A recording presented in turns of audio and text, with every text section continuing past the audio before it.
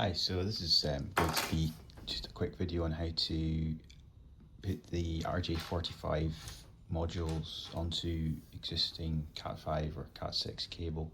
I've got a Cat5 cable here, short length, maybe 2 to 3 meters. I'm just going to put an end on both of them to show you how to do it.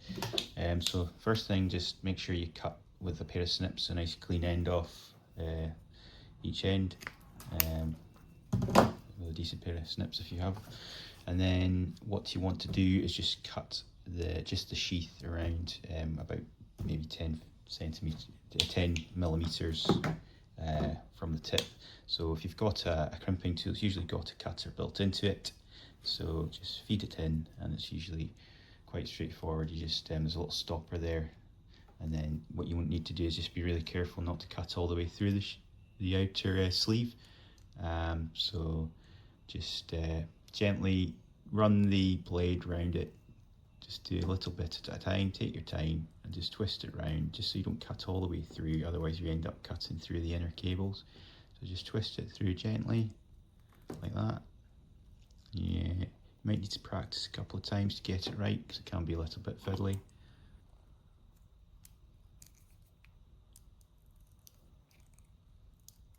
So it's a little bit difficult to do on camera, because you kind of need to have a close eye on it to make sure you're not going all the way too deep into it and cutting through the cables inside. But you should get there. Right. So there we go. So once you've got that little bit off, depending on the type of cable you've got, some of the newer Cat6 and above, the cable tends to be quite stiff, so sometimes you might just need to make a little cut, and just so you can see in the next part to make sure you can get this all the way into the plug. But this is Cat5e cable, so it's quite flexible and easy to work with. So there's normally a little bit of string on these cables, so just pull that back like that, and just try and pull all these cables out a little bit to give you a bit of leeway when you're trying to push it into the plug. I normally just cut this little bit here, just to get it out of the way. Right, and then just pull them out. And there's a certain order you need to have them in. So the wiring standard is T568B, and you can look it up online, or if you've got a patch cable, an existing one, you can simply just look at it and see the order of the cables. The diagrams tend to be with the orange pair on the left hand side, so it'd be that orientation. I personally find it easier to see the cables that way when I'm putting them in, but it's entirely up to yourself.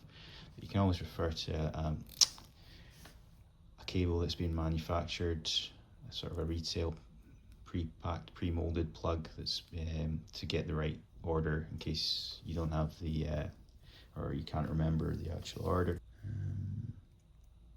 Okay, it can be a little bit tricky to get everything in order because the cables are actually twisted, obviously, and you need to kind of unravel them and get them in order. That's where it helps just having a little bit, pull it out a little bit more than what you need to.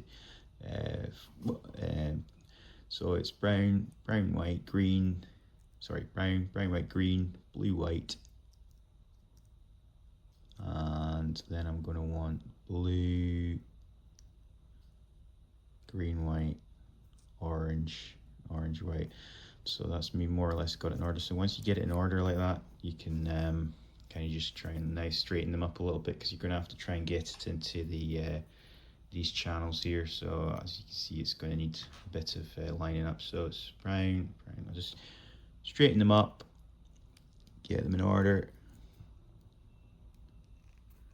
and you'll probably find you need to just cut them again, because what happens is it's kind of hard to get them all straight right at the end. It helps if you've got a decent pair of snips. You can just make a nice clean cut across there. You kind of want all that straight and level, as opposed to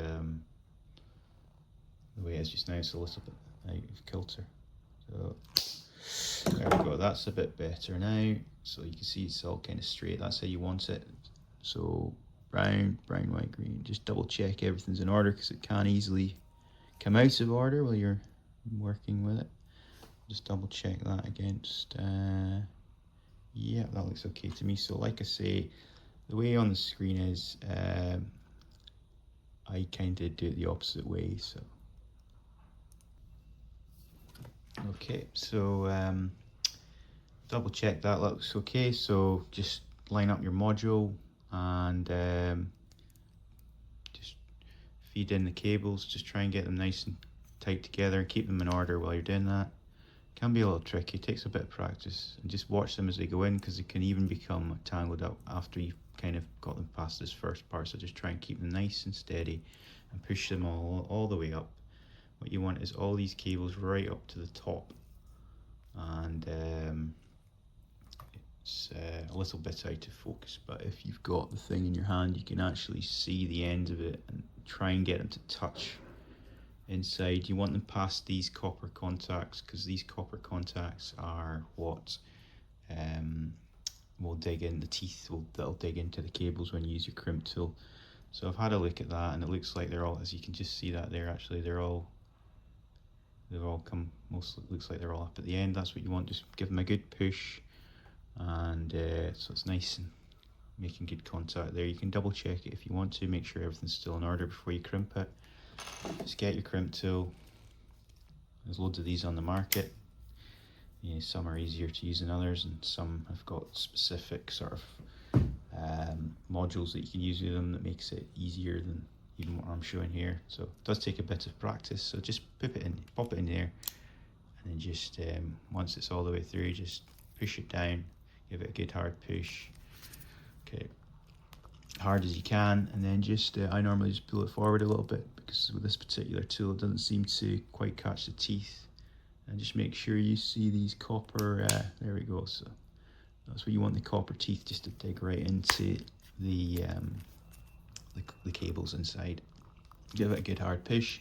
There's also this little bit here which is making contact with the cable, and there's a little part on the tool that you can just gently, well, relatively gently, just push it down there. That's just to give a grip onto the cable without actually so it doesn't come off too easily. Okay, and then you just do the exact same with the other side. So I'll do that now. Yep, so I've done the other end of the cable, and once you've finished wiring both ends, you need to just check the cable actually works. So the best way to do that is just to use a decent tester.